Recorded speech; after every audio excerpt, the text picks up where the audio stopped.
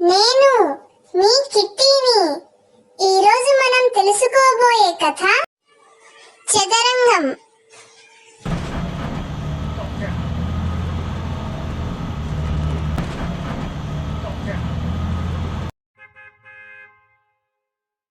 సిద్ధు మరియు రీనా అన్నా చెల్లెళ్ళు. వాళ్ళు వాళ్ళ నానమ్మతో కలిసి సిటీలో జీవించేవారు. వాళ్లకు సెలవులు రావడంతో వాళ్ళ ఊరికి వెళ్ళాలని నిశ్చయించుకుంటారు. అది ఒక పాత బంగ్లా. అక్కడ కొన్ని సంవత్సరాల క్రితం వారి తాతగారు జీవించేవారు. కొన్ని కారణాల చేత అతను మరణిస్తాడు. అప్పటి నుంచి ఆ ఇంట్లో ఎవరూ ఉండట్లేదు. ఇల్లు చాలా పెద్దది, కానీ అందరికీ కొంచెం అనుమానాస్పదంగా అనిపిస్తూ ఉంటుంది. ఈ ఇంటిని చూస్తే నాలో జ్ఞాపకాలు కదలాడుతున్నాయి, కానీ ఒక్కటి మాత్రం అస్సలు మర్చిపోలేను. మీ తాతగారు చివరిసారిగా చదరంగం ఆడిన రోజే ఇంట్లో వస్తువు మాయమయ్యింది. ఏంటి నానమ్మ ఆ వస్తువు? ఒక చిన్న బాక్స్, దానిలో ఒక రహస్యం దాగి ఉంది. బాక్సా? ఏంటి నానమ్మ అది? కేవలం బాక్స్ కాదు బిడ్డా, అది ఒక రహస్యానికి తాళం. సిద్ధు మరియు రీనా ఇంటి అంతరంగాల్ని పరిశీలిస్తూ ఉంటారు. ఇలా చూస్తూ ఇంటి వెనుక ఉన్న ఒక చిన్న గదిని చూస్తారు. అందులోనికి వెళ్ళి ఏముందా ఇక్కడ అని ఆతృతగా వెతుకుతూ ఉంటారు.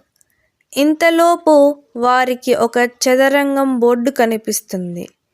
చాలా రోజులయ్యింది ఆడుకొని అని ఇద్దరూ కూర్చొని ఆడుకుందాం అని అనుకుంటారు. ఇంతలోపు దాని కింద ఒక చిన్న బాక్స్ కనిపిస్తుంది. సిద్ధూ, ఆ రోజు నానమ్మ చెప్పింది ఈ బాక్స్ గురించేనా? నేను అదే అనుకుంటున్నాను రీనా. పద, నానమ్మ దగ్గరికి వెళ్దాం.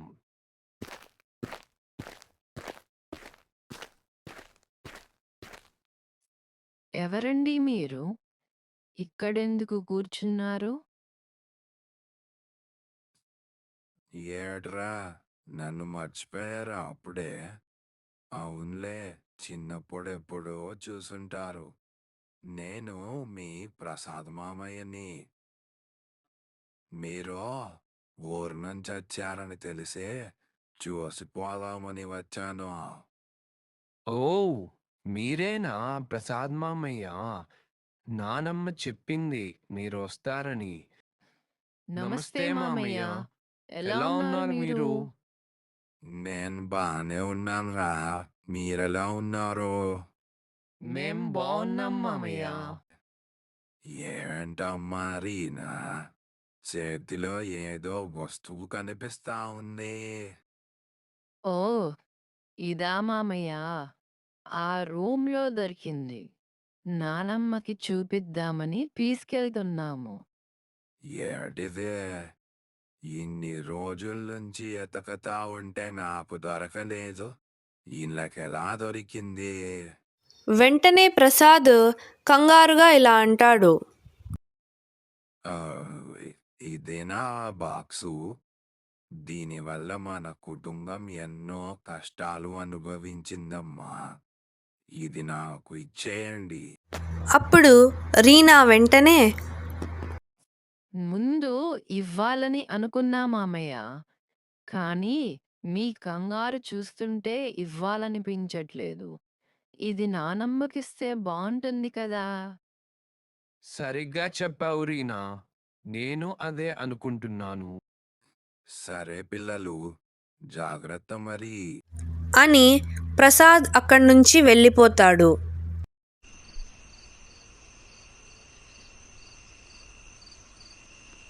సమయం అర్ధరాత్రి 2 గంటలు కావస్తుంది. సిద్ధు నిద్ర పట్టక ఆ బాక్స్ తీసుకొని దాని గురించి ఆలోచిస్తూ ఉంటాడు. ఇంతలో ఇంటి బయట ఒక శబ్దం వినిపిస్తుంది.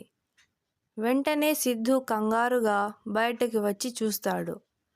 అక్కడ ఒక అపరిచిత వ్యక్తి కనిపిస్తాడు.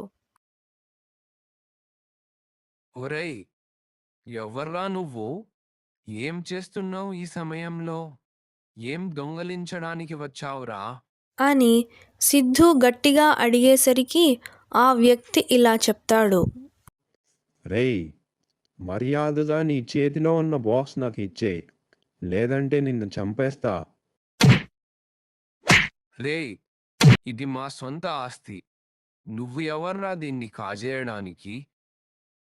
మా బాస్ నన్ను పంపించాడు. బాస్, మనకు కావలసిన వస్తువు మనకు దొరికేసింది. ఆ శబ్దానికి శారద మరియు రీనా అక్కడికి వస్తారు. ఒరే ప్రసాదు, ఇదంతా నీ ప్లానా? నువ్వు ఇంత మోసగాడివి అని అనుకోలేదు.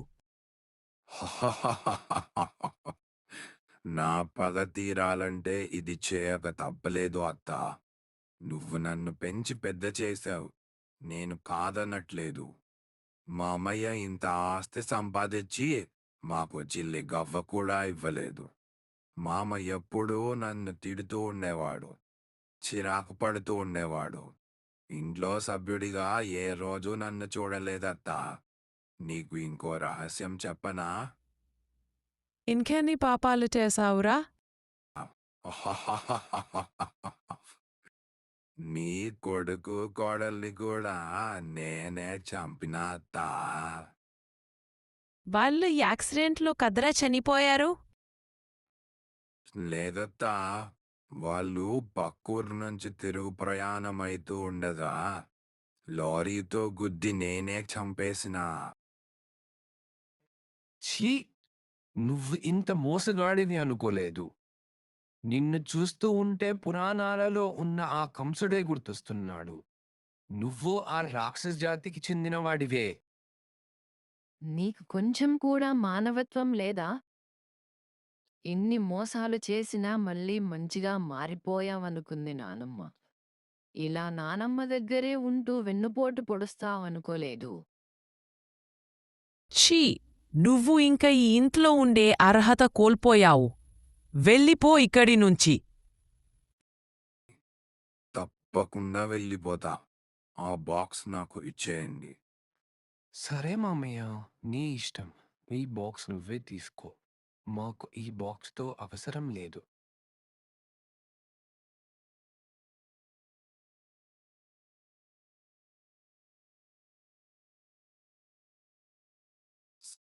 ఎంత ధైర్యం ఉంటే ఈ ఖాళీ బాక్స్ నాకు ఇస్తావురా నువ్వు?